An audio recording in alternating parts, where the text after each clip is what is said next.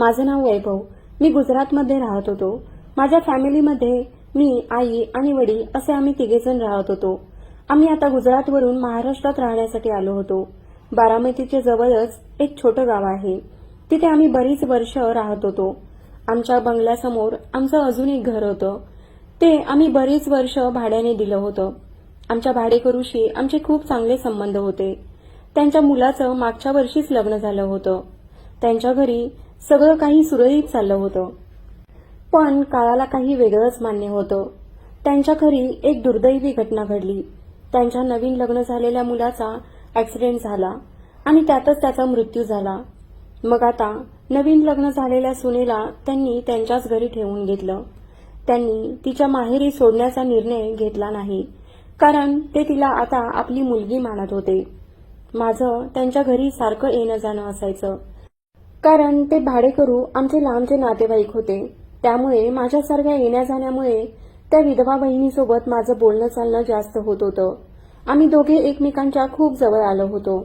वहिनी माझ्यासोबत बोलता बोलता खूप सारी माहिती काढून घेत होती. असंच एक दिवस आम्ही गप्पा मारत असताना वहिनींनी मला माझ्या पर्सनल लाईफबद्दल विचारलं. म्हणाल्या, वैभव, तुला गर्लफ्रेंड आहे का? मी जसं नाही म्हणालो तसं माहीत नाही का? पण वहिनींना खूप आनंद झाला. मला मनात खूप सारे प्रश्न येऊ लागले. त्यांच्या आनंदी चेहऱ्याकडे बघून मला वाटलं की वहिनींची माझ्याकडून काहीतरी अपेक्षा आहे. त्यांच्या काही इच्छा आहेत ज्या त्यांना माझ्याकडून पूर्ण करून घ्यायच्या आहेत.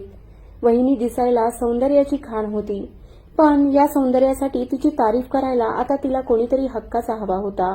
वहिनीची फिगर मनमोहक होती. त्या जेव्हा इकडे तिकडे करायच्या तेव्हा असं वाटायचं की या पृथ्वीवर स्वर्गातील अप्सरा जणू उतरली आहे. असं वाटत होतं की कुणीतरी परीच इकडे तिकडे फिरत आहे. त्यांच्या सौंदर्यावर कोणताही पुरुष फिदास होणार होता आणि माझ्या बाबतीतही तेच झालं होतं. माझे मित्रमंडळी पण वहिनींच्या नावाने मला चिडवत होते. एक दिवस वहिनींच्या घरातले सगळे देवदर्शनाला जाणार होते, पण वहिनीला काही प्रायव्हेट प्रॉब्लेममुळे देवदर्शनासाठी जाता येणार नव्हतं. त्यामुळे त्यांच्या पप्पांनी मला आणि माझ्या आईला वहिनींची काळजी घ्यायला सांगितली. मग मी पप्पांना म्हणालो, काका, तुम्ही निश्चिंत जा. वहिनीची काळजी आम्ही खूप चांगल्या प्रकारे घेऊ. मग काका माझ्या या बोलण्यावर विश्वास ठेवून यात्रेसाठी निघून गेले. काकांसोबत काकीही गेल्या. आता घरी फक्त वहिनीच होत्या. त्यावेळी वहिनी आमच्या घरी आल्या होत्या. मी कॉलेजच्या शेवटच्या वर्षाला होतो आणि काही दिवसातच माझी परीक्षा चालू होणार होती. एक दिवस वहिनी आणि आई गप्पा मारत होत्या. मग आई मला म्हणाली, वैभव, तू तुझ्या रूममध्ये जाऊन अभ्यास करू नको. तू तिकडे जाऊन झोपशील. तू माझ्यासमोर बसून अभ्यास कर, म्हणजे माझंही तुझ्यावर लक्ष राहील. तेवढ्यात वहिनी मला म्हणाल्या, कोणत्या विषयाचा अभ्यास चालू आहे? मग मी गणित विषयाचा म्हणून उत्तर दिलं. मग वहिनी मला म्हणाल्या, माझं सायन्स झालं आहे आणि सायन्सच्या गणित विषयामध्ये मी कॉलेजमध्ये टॉपर होते. मग मी वहिनीला म्हणालो, वहिनी, तुम्ही गणित विषयाचं मार्गदर्शन करण्यासाठी मी तुमच्या घरी येऊ शकतो का? आणि या गोष्टीवर आई सुद्धा खुश झाली होती, कारण वहिनींनी गणित विषय वैभवचा पक्का करेल असा विश्वास दाखवला होता. मग मी म्हणालो, वहिनी, इथे आपल्याला डिस्टर्ब होईल आणि होतच आहे. आपण तुमच्या घरी जाऊन अभ्यास करू. मग वहिनी म्हणाल्या, चल ठीक आहे. मी पण घरी एकटी बसून बसून बोर झाले होते. आता तुला अभ्यासात मदत केली तर तेवढाच माझा टाइमपास होईल. असं म्हणून आम्ही दोघे वहिनींच्या घरी अभ्यास करण्यासाठी सामान घेऊन गेलो. मी त्यांच्या घरी गेल्यानंतर सोफ्यावर जाऊन बसलो आणि वहिनीही माझ्या बाजूला येऊन बसल्या आणि मला काही पॉइंट समजावून सांगू लागल्या. संध्याकाळची वेळ असल्यामुळे वहिनींनी नाईट ड्रेस घातला होता. त्यामध्ये त्या खूप सुंदर दिसत होत्या. अगदी बोल्ड फिगर दिसत होती त्यांची.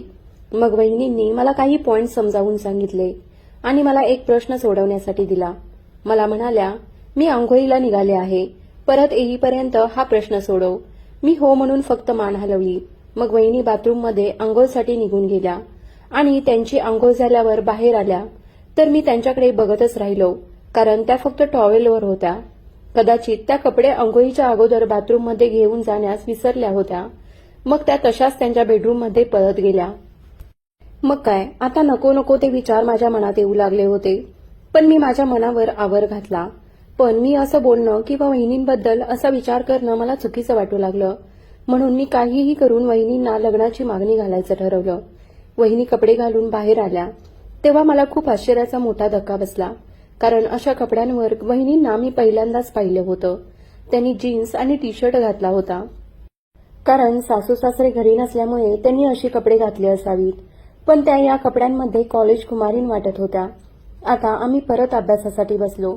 आता माझ्या मनात हीच खळबळ चालली होती की वहिनींना आत्ताच मागणी घालू की नको, त्या मला ऍक्सेप्ट करतील की नाही. आणि माझा मूड पण वेगळाच होता. माझा व्यवहार आता त्यांच्याप्रती बदलत चालला होता. मी त्यांना चिटकून बसण्याचा प्रयत्न करू लागलो होतो. वहिनी मला म्हणाल्या, तुला बोर होत असेल तर तू बेडरूममध्ये जाऊन थोडा आराम कर. मी बेडरूममध्ये गेलो. बेडरूममध्ये गेल्यानंतर मला दिसलं की वहिनींची सगळी कपडे, अगदी प्रायव्हेट कपडे सुद्धा इकडे तिकडे पडली होती.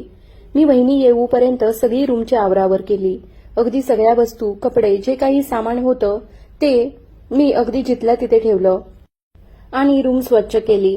मी शेवटचं झाडू मारतच होतो तेवढ्यात मला दरवाजामधून कसला तरी आवाज आला.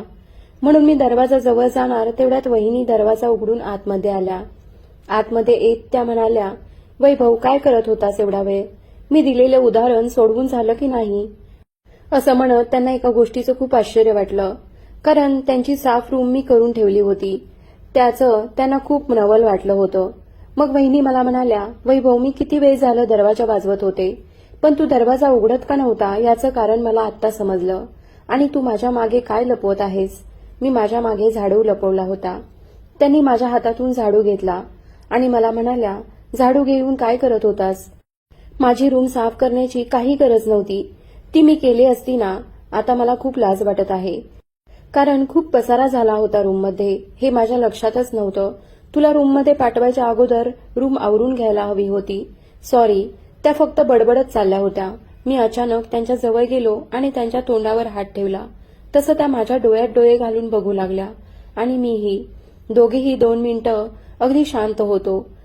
मग मी मनात विचार केला की वहिनींना आयुष्याची अर्धांगिनी होशील का असा विचारण्याचा हा एकच मोठा चान्स आहे. म्हणून मी त्यांना तिथेच विचारलं की आपल्या दोघांची रूम असती तर मी आवरलीच असती ना. वहिनींना पहिल्यांदा काही समजलं नाही. पण मी जेव्हा बायको होशील का, तुम्हाला भैया सोडून गेले, पण राहिलेलं आयुष्य तुम्ही एकटं नाही जगू शकत. आता मला तुमचा आधार व्हायचा आहे. प्लीज मला नाही म्हणू नका. असं म्हणून मी तोंडावरचा हात काढला. मग वहिनी खूप रडू लागल्या आणि मला मिठी मारली. त्यांच्या मिठीत मला त्यांचा होकार समजला होता. आता मलाही जाणीव झाली होती की वहिनींच्या हसमुख चेहऱ्यामागे एकटेपणा दडला होता, जो त्या आजपर्यंत कोणालाही दाखवत नव्हत्या. आता मी ठरवलं होतं, भले घरच्यांचा कितीही विरोध येऊ दे, मी वहिनींची साथ कधीच सोडणार नाही.